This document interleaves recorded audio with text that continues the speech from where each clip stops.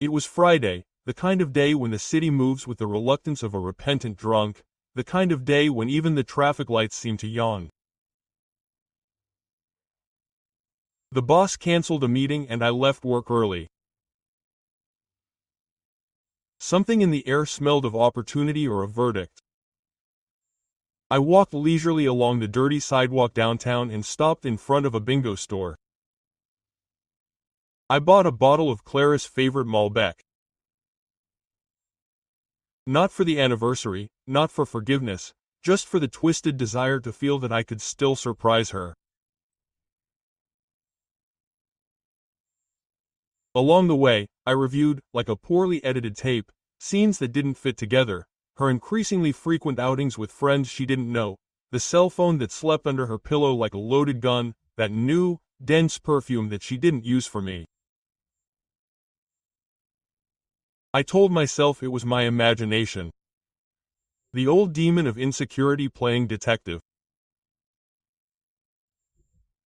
But the stomach doesn't lie, and that night my guts were churning as if they sensed a crime before the scene.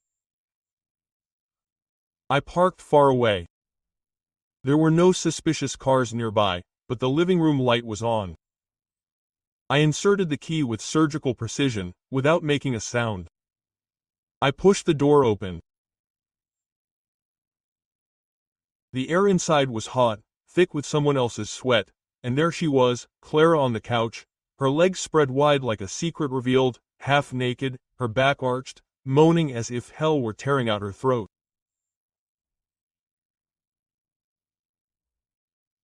Above her was a faceless guy, his pants hanging from his knees, devouring her neck like a starving dog. They didn't see me. I did see them. I didn't react with rage. There were no screams, no words, just an unnatural calm that ran down my spine like an injection of ice. I almost dropped the bottle, but no.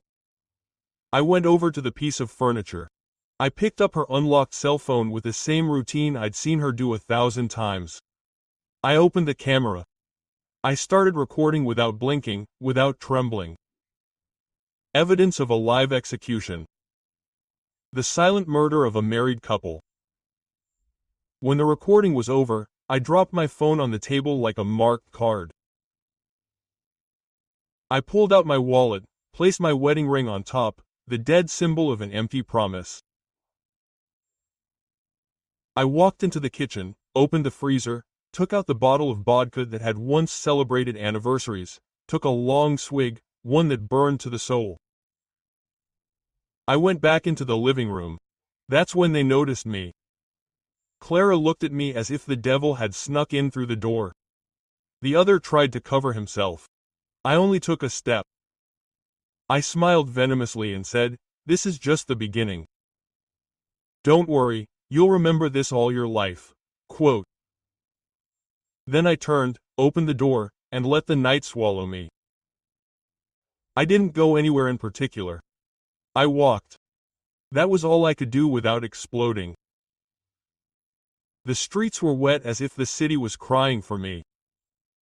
In my right hand, the cold vodka. In my left, the phone with the recording. Every so often I played the video. Not out of masochism. I needed to verify that it wasn't a sick dream, that I hadn't made it up out of jealousy. It was her, Clara, moaning, surrendered, alive in a body that wasn't mine. I walked past the park where we used to take Sunday walks.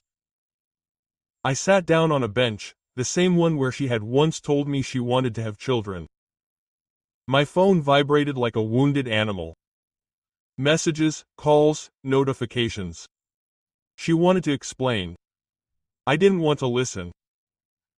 In her voice I only heard echo, white noise, lies dressed up as pleas. I took a deep breath and opened the family WhatsApp group. Without thinking too much, I uploaded the video without text, without context, just the truth, raw, irreversible. The blue popcorn appeared like gunshots, one after another. The phone exploded. Calls from her mother. From her sister, messages full of question marks and digital screams. I didn't answer. It wasn't my place to give explanations. The one who had to speak had spoken with images. Clara insisted too, the guy too. Later I learned that it was her work colleague. I didn't care. Let them wallow in their own. Shame was the best punishment. Around 2 in the morning I returned home. Not because I wanted to see her, but because it was my home. I went in there. She was sitting on the living room floor, wrapped in a blanket, crying as if hell had stolen her voice. Her lover had vanished. She looked at me with swollen eyes, her face contorted from crying. She tried to get closer. I raised my hand. Not a word, I just said, "Don't touch anything, don't say anything. I want you out of here first thing tomorrow." Quote. I went up to the room, my room. I closed the door and poured myself another drink. I didn't sleep that night. I sat on the bed, staring at the wall. Every minute that passed was a bitter victory. At dawn I went downstairs. Clara was asleep on the couch, her face pale, the phone still vibrating on her chest. I woke her up, gave her a sheet of paper, a list of the things she could take. All she tried to do was speak. Her voice was shaking. I just kept repeating the same thing. I don't care about your version. I saw it all and now everyone knows it too. It wasn't rage, it was execution, a sentence, a surgical coldness. She understood. Finally, the rest of the day was a parade of miseries. I ate breakfast in silence, as if chewing could remove the bitter taste of betrayal. She, meanwhile, walked around the house with bags and red eyes, putting her clothes away as if each item of clothing weighed tons. No one was shouting, no one was arguing, it wasn't a fight, it was an emotional release. Every corner of that house, every damned corner smelled of something dead, of someone else's sex, of saturated shame. I didn't help her, not out of pride, out of survival. I didn't want to be near her, I couldn't stand touching her, not even with my gaze. Every time she passed by me, trembling, I confirmed to myself that I had done the right thing, to knock her off her pedestal. In front of everyone, her mother arrived at noon, always haughty. This time she had her eyes downcast, her face split in two. She didn't greet me, she didn't need to, she just hugged her daughter and carried the bags. Clara looked at me one last time from the doorway, pleading, like a child lost in a nightmare of her own making. I closed the door in her face, not with hatred, but with absolute calm. It was the simplest gesture in all that hell. Then I sat down on the same couch where I had found them. The crime scene. For the first time in hours I took a deep breath. The silence that filled the house wasn't one of loneliness, it was one of cleanliness. Finally, only mine. The next few hours were strange. I didn't break anything, I didn't cry, I didn't insult anyone. I just stood there watching the messages keep coming. Some were supportive, others came with that morbidity disguised as concern. I didn't respond. I wasn't interested in opinions. I didn't need pity. I had done what was necessary. The only person I spoke to was my lawyer. I sent him the video, I told him, immediate divorce. He only replied, "This is going to be quick." In the afternoon the lover broke the silence. A cowardly message. I didn't know she was married. Sorry, let me explain. I didn't laugh, I didn't get upset. I replied with a single line. Be thankful I wasn't the one who broke your face. I blocked him. Not because I was afraid of him, because it wasn't my battle. My real enemy was on the other side of the bed. Every night. I understood it too late, but still in time. That night the house was empty. Inside, I felt the same way, but it wasn't weakness anymore. It was preparation for what was coming. That night, it didn't defeat me.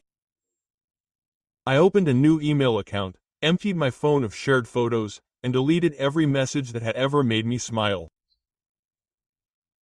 It was cold, precise surgery, without anesthesia. It wasn't out of spite, it was a cleanse.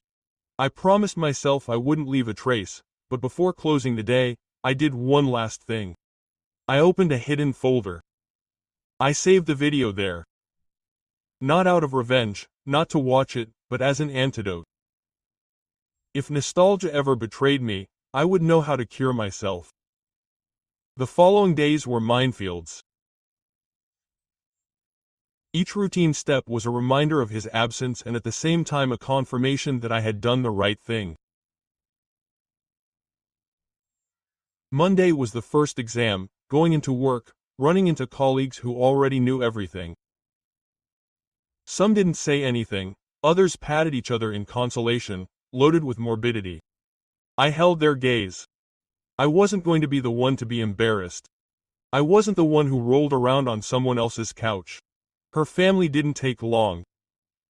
Her father, a guy the first had respected, wrote to me, asking me to talk to her. That he regretted it, that it was a mistake. I replied without hesitation. What she feels doesn't matter to me anymore. The divorce is underway. I don't want any more contact. Then, silence. I heard rumors that Clara wasn't eating, that she wasn't going out, that she was locked up in her mother's house. I didn't even flinch. I had already done what I had to do, each to his own burden. The video began to circulate more than I had anticipated. I found out from friends. I had arrived at her work. Some said that I had gone too far, that it was too much, that I had been cruel. It didn't affect me. I didn't leak anything, I just sent it to the family group. The rest wasn't my problem. When you decide to burn a bridge, don't you stop to see where the smoke is going? She showed her true colors. I just turned on the light. A lawyer friend warned me that if a notification arrives, they might try to sue you. I nodded. I had everything backed up. One Tuesday afternoon, while I was sorting out the divorce papers, I received a letter with no return address.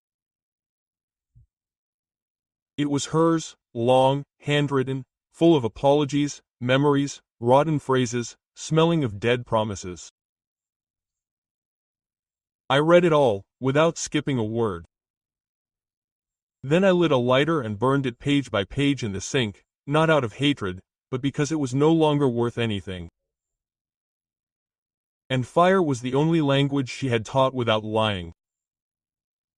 The day of the final hearing arrived without glory or drama. I dressed in a gray suit, the same one I used to sign contracts, not goodbyes. Clara arrived later, thinner or haggard, without her former shine. She didn't even try to speak.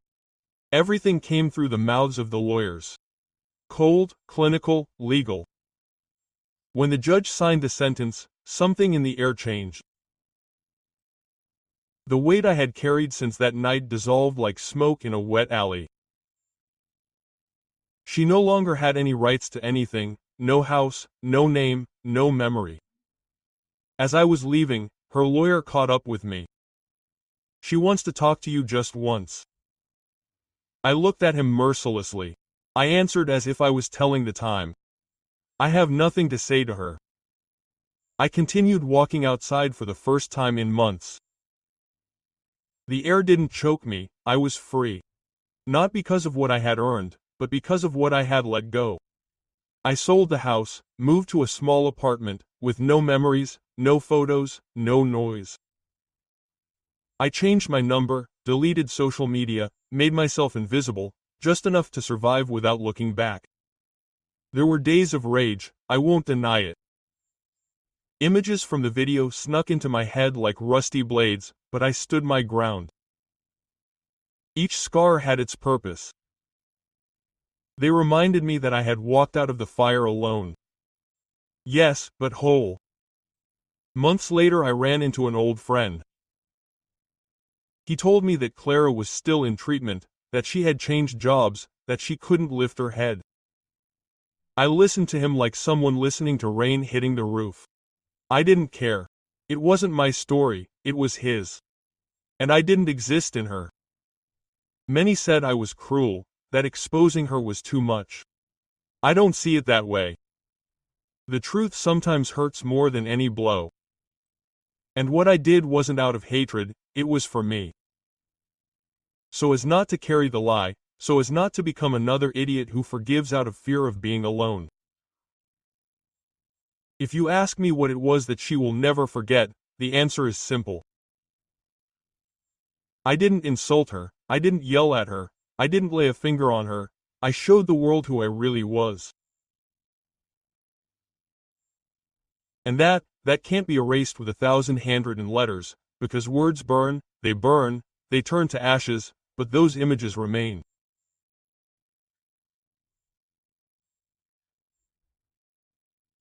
And the one who was once her husband, the one who returned early with a bottle of wine, will forever be the man who left her naked, not only on the couch, but in front of everyone, the cold witness to his own ruin, the one who closed the door without trembling, and never looked back again. Yeah,